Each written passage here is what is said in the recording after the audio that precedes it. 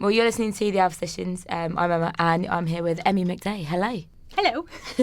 How you doing? You all right? I'm really well, thank you. How are you? I'm good.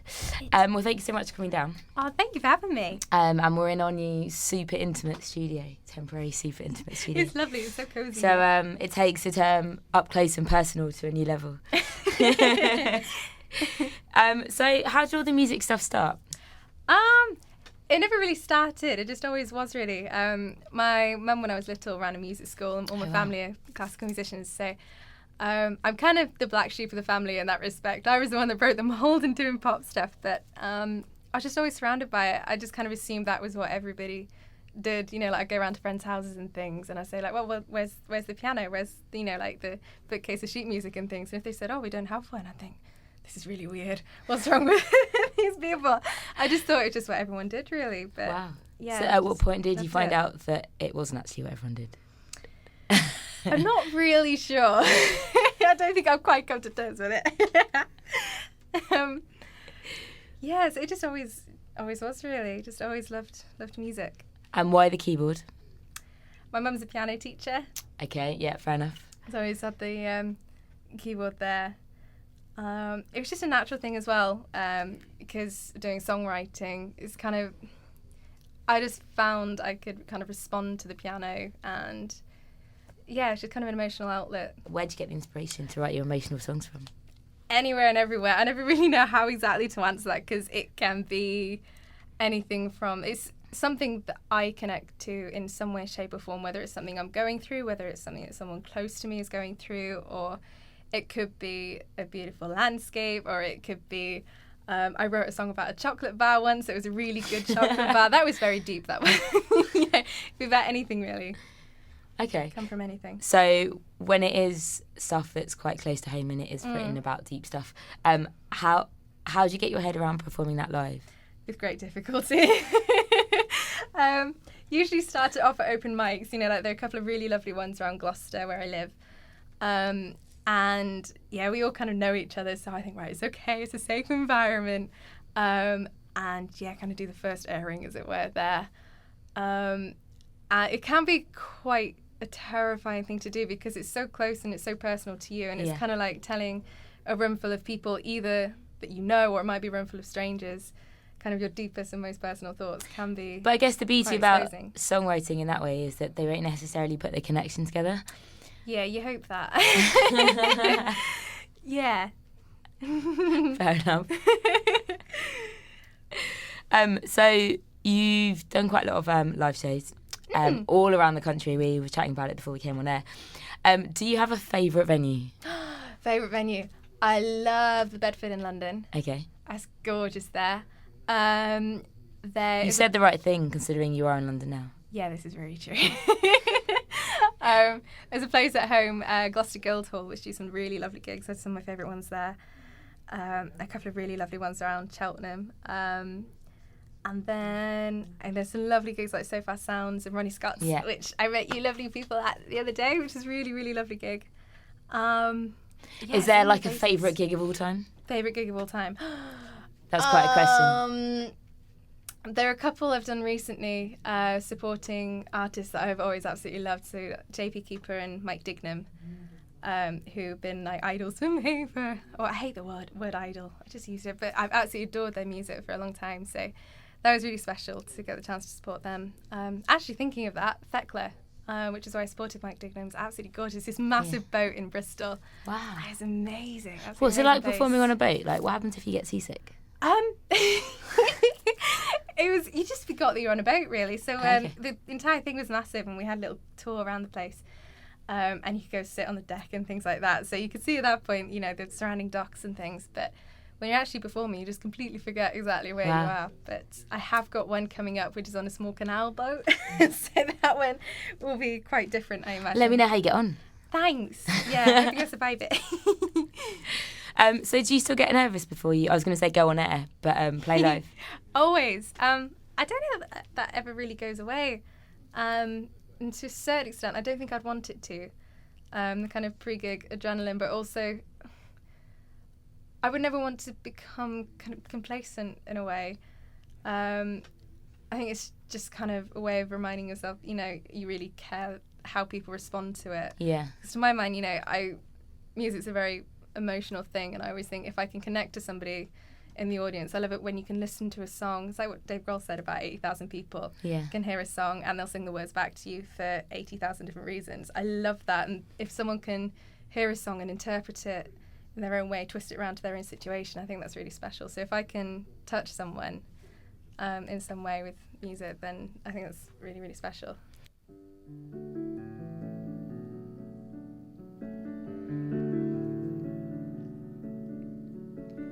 I watch you wake as I'm learning each move you make. How could I have been so wrong to see it with me? And he holds so tightly to himself, reminded by the consequence. We stop this moving forward.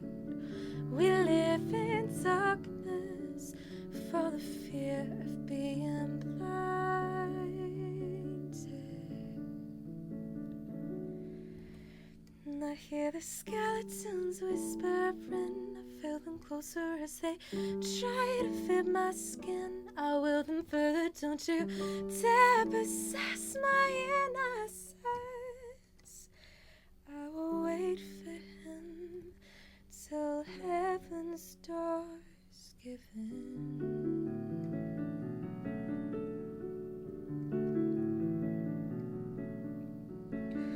I walk this path with subtlety, hoping it leads me further. My busy feet won't falter till they're by your side. Help me by your side.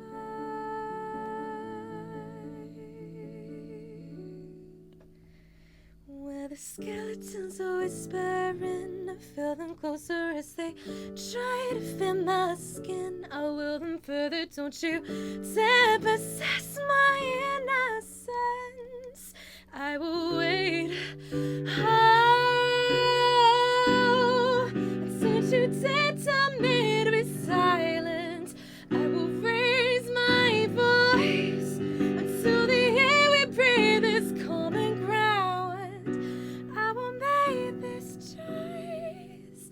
I'll be loving you softly from this distance, and you'll be on my mind, my mind.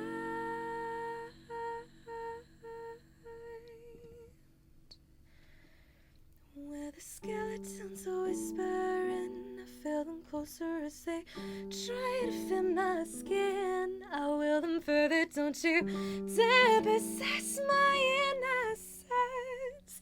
I will wait.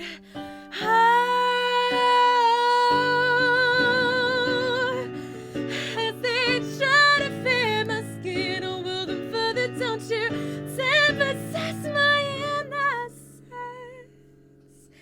I will wait for him.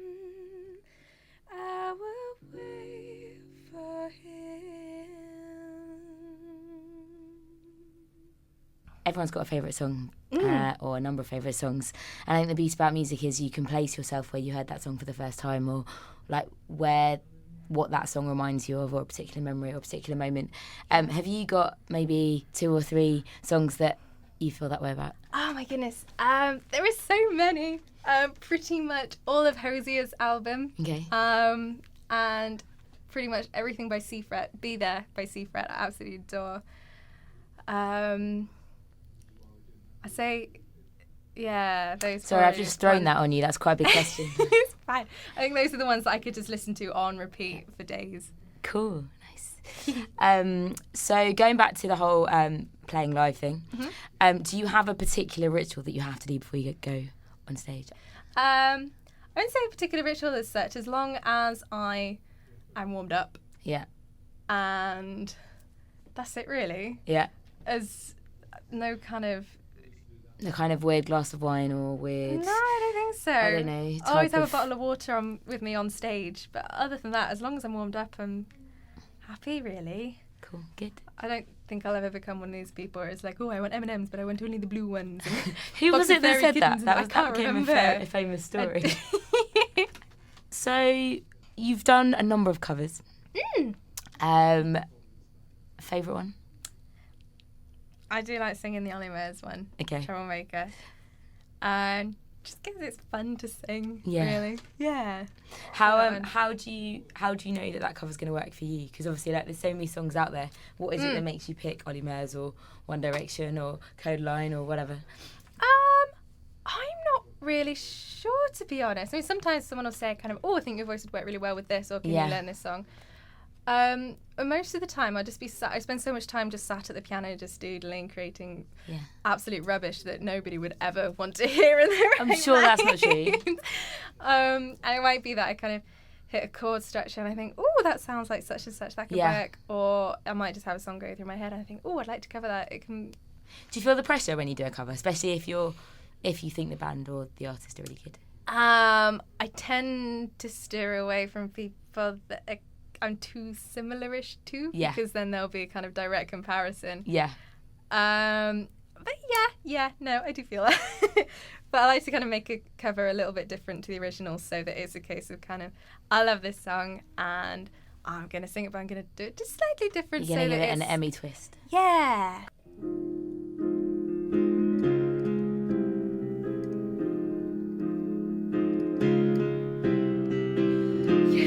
Hurts again from the minute you sat down. The way you're about to lay, my head's spinning around. After a drink or two, it's putty in your hands. Don't know if I have the strength to stand. Troublemaker, your middle name. I know you know good, but just stuck in my brain. I wanna know, why does it feel so good but hurts so bad? My mind keeps saying run as fast as you can. I say I'm done and you pull me back. I swear you're giving me a heart attack, troublemaker.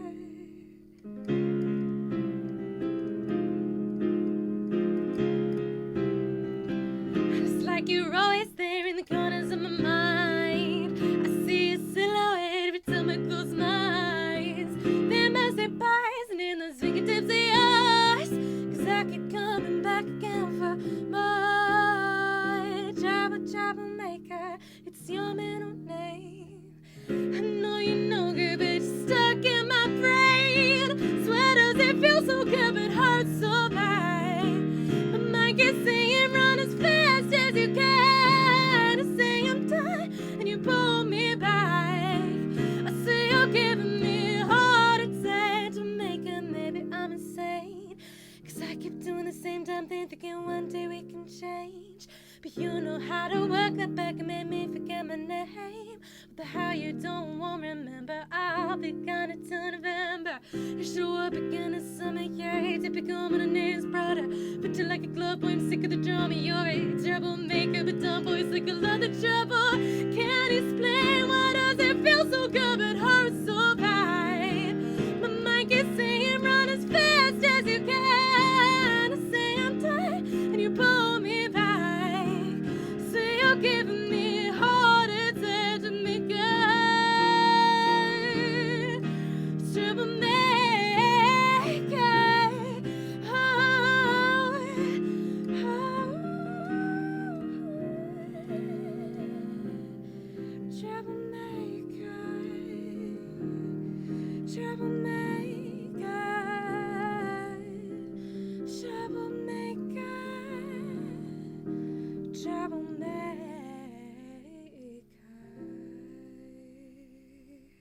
In terms of the songwriting process, I know we touched on it briefly at the start, about sometimes it can be quite emotional. Yeah. Do you sit down and purposefully write songs, or do they just kind of come to you? I mean, like, is there a process? How does that work? Most of the time, they just come.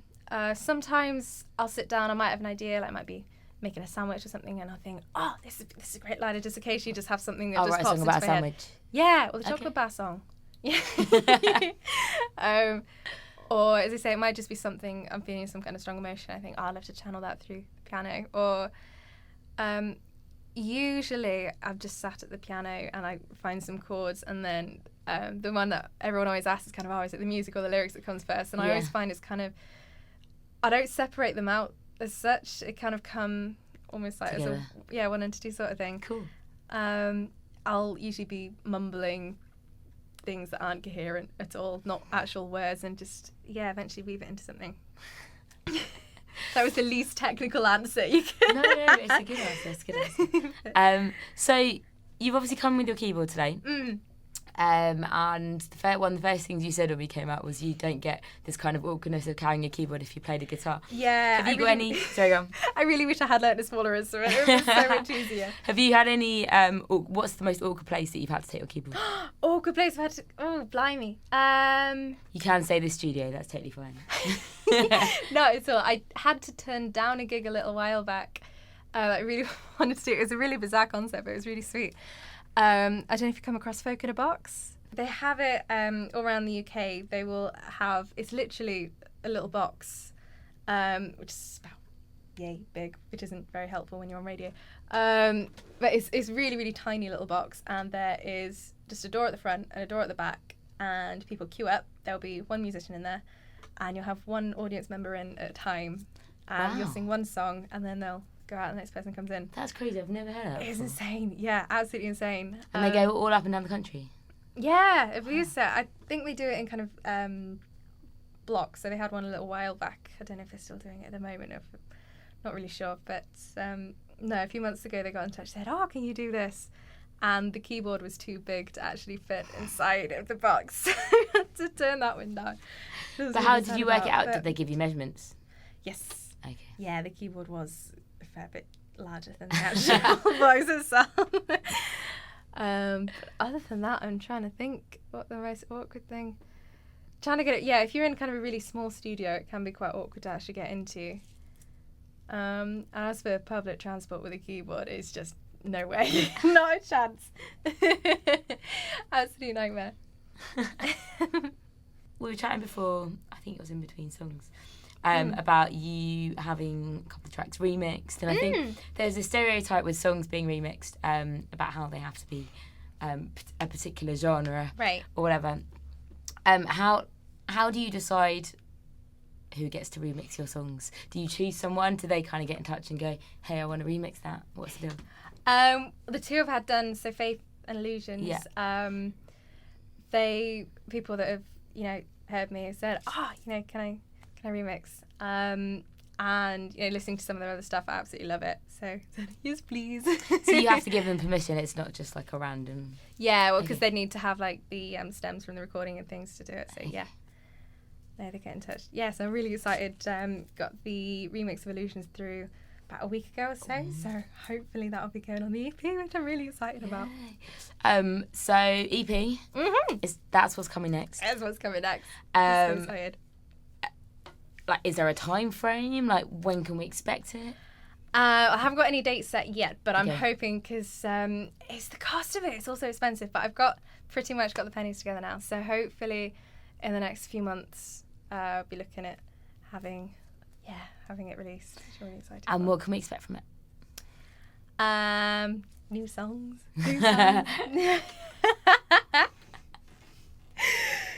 That probably wasn't the best answer, was it? I haven't a good answer. Some of the, one of the tracks that I did today. Wow, so it's really fresh.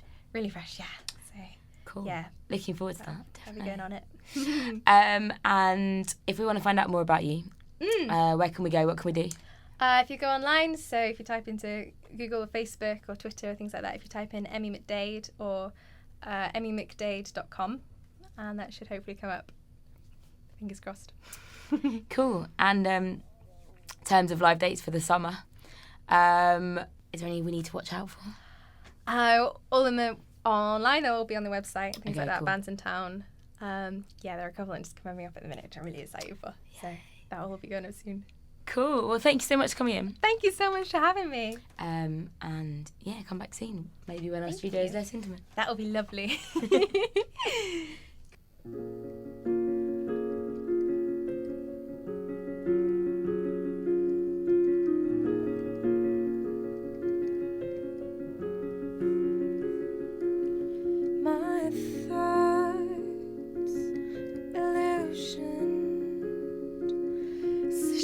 beautiful combinations of it all.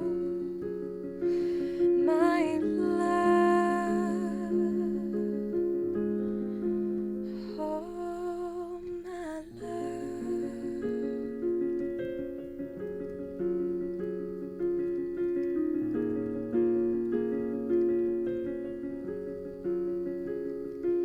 And your words, such beautiful contradiction.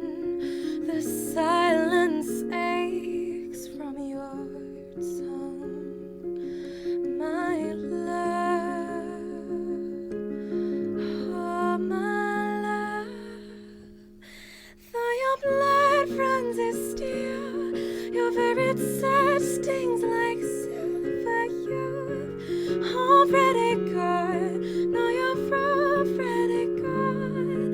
As you're stealing away from the truth that lies between us, I already know, no way you already know he's the one.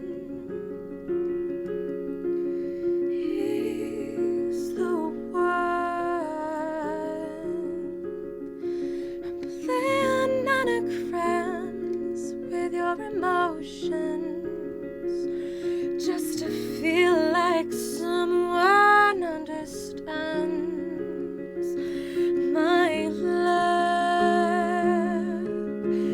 oh my love, please forgive my childish ways, but I thought love would be easy. Such a beautiful mistake. How can it be the one that gives me my life?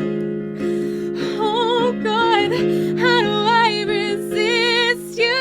Though your blood runs as steel, your very touch stings like silver. You're already gone, no, you're already gone.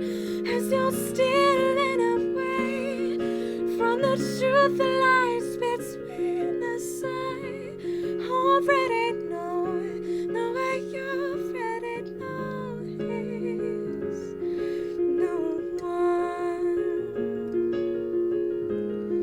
He's the one. And fixed upon my sky, doesn't matter if your lightning start to fade. Let the seas demand revenge.